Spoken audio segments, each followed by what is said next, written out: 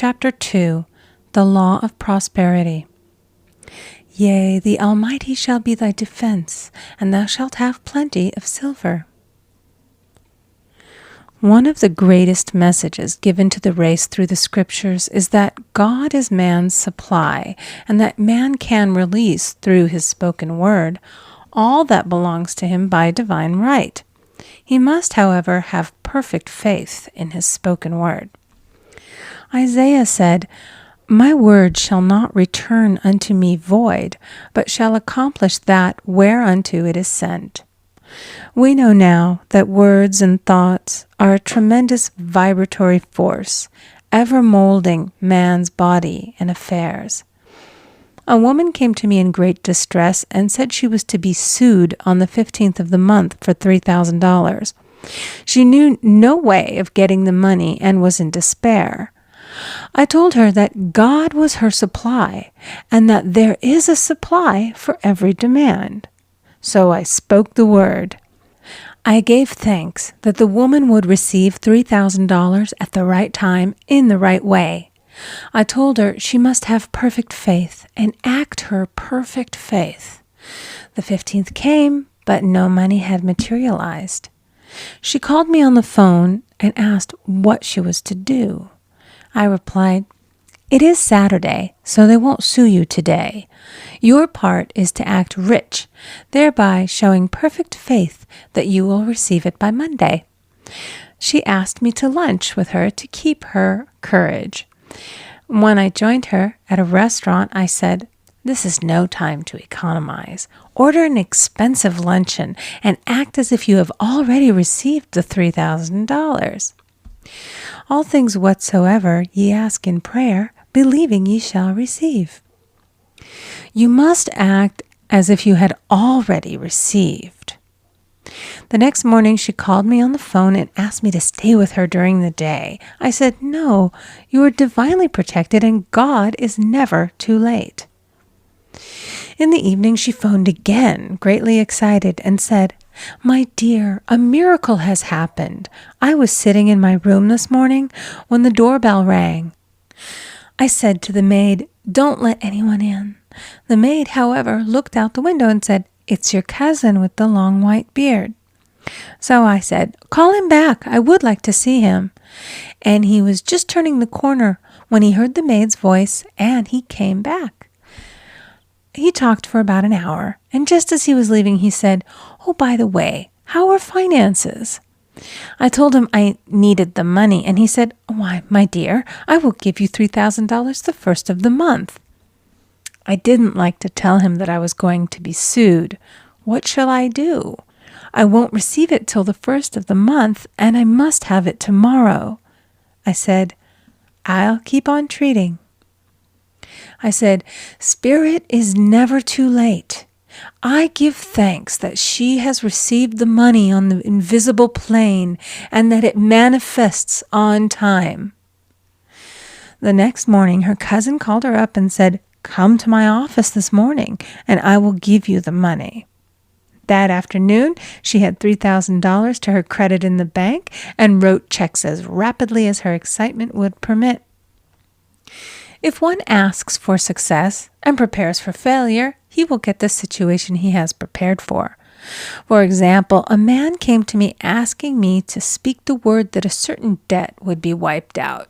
I found he spent his time planning what he would say to the man when he did not pay his bill, therefore neutralizing my words.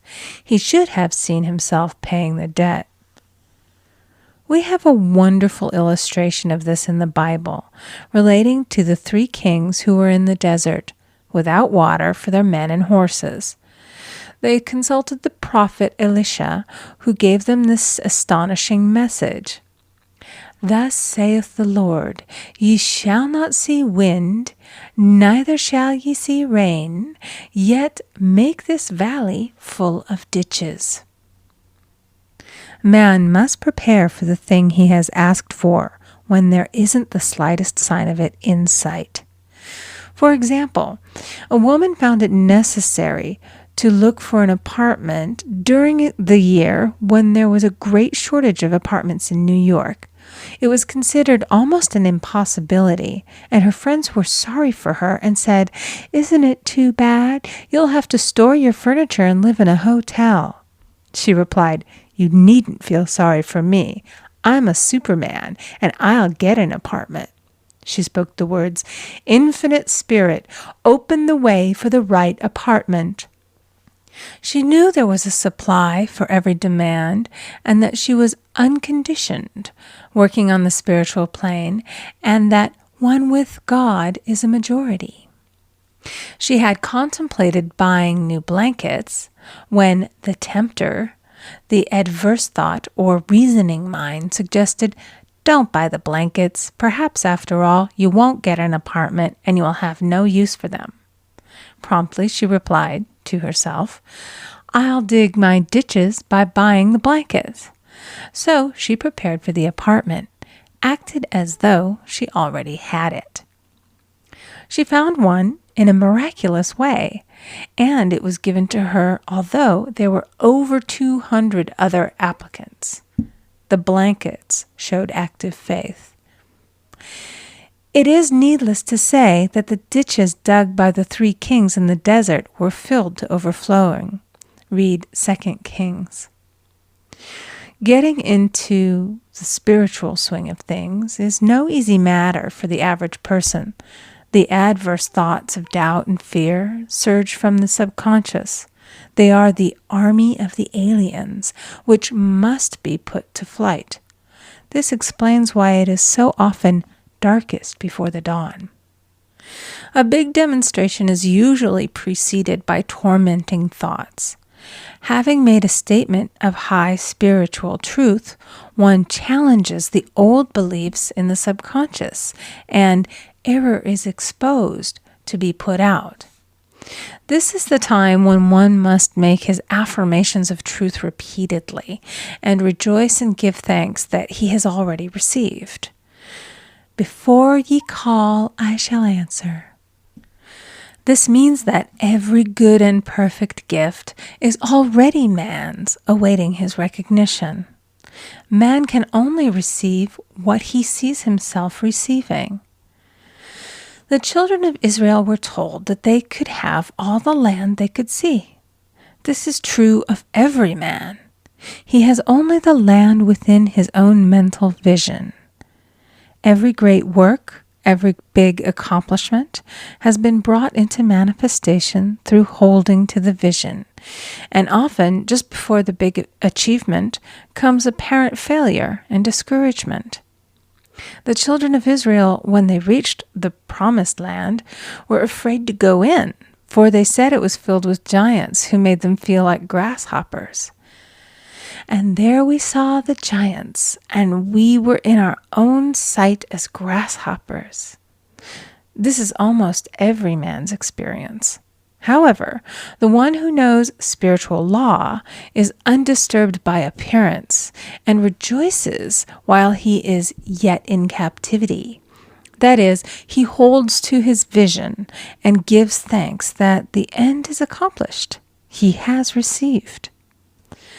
Jesus Christ gave a wonderful example of this. He said to his disciples, "Say not ye, there are yet 4 months, and then cometh the harvest? Behold, I say unto you, lift up your eyes, and look on the fields, for they are ripe already to harvest."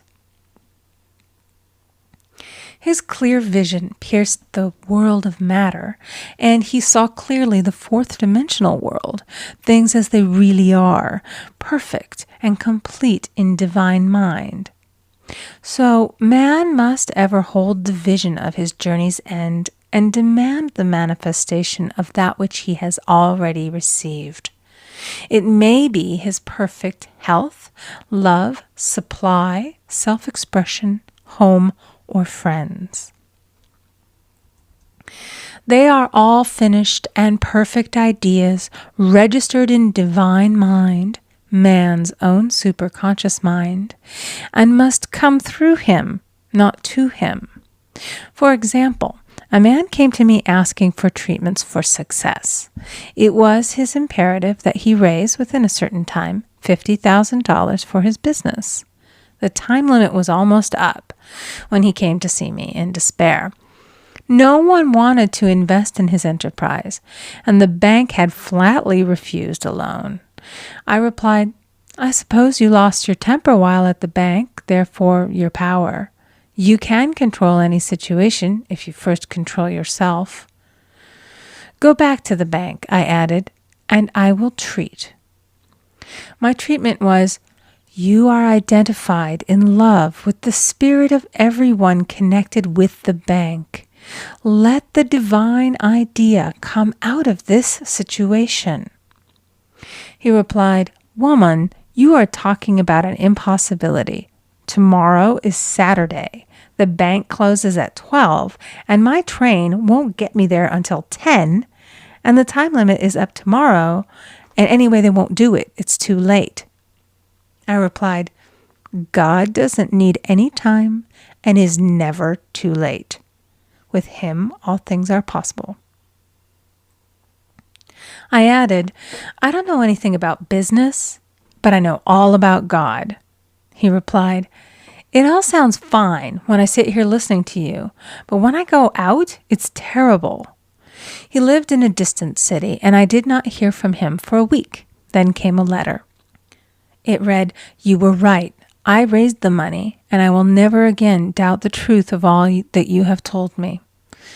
I saw him a few weeks later, and I said, "What happened? You evidently had plenty of time after all."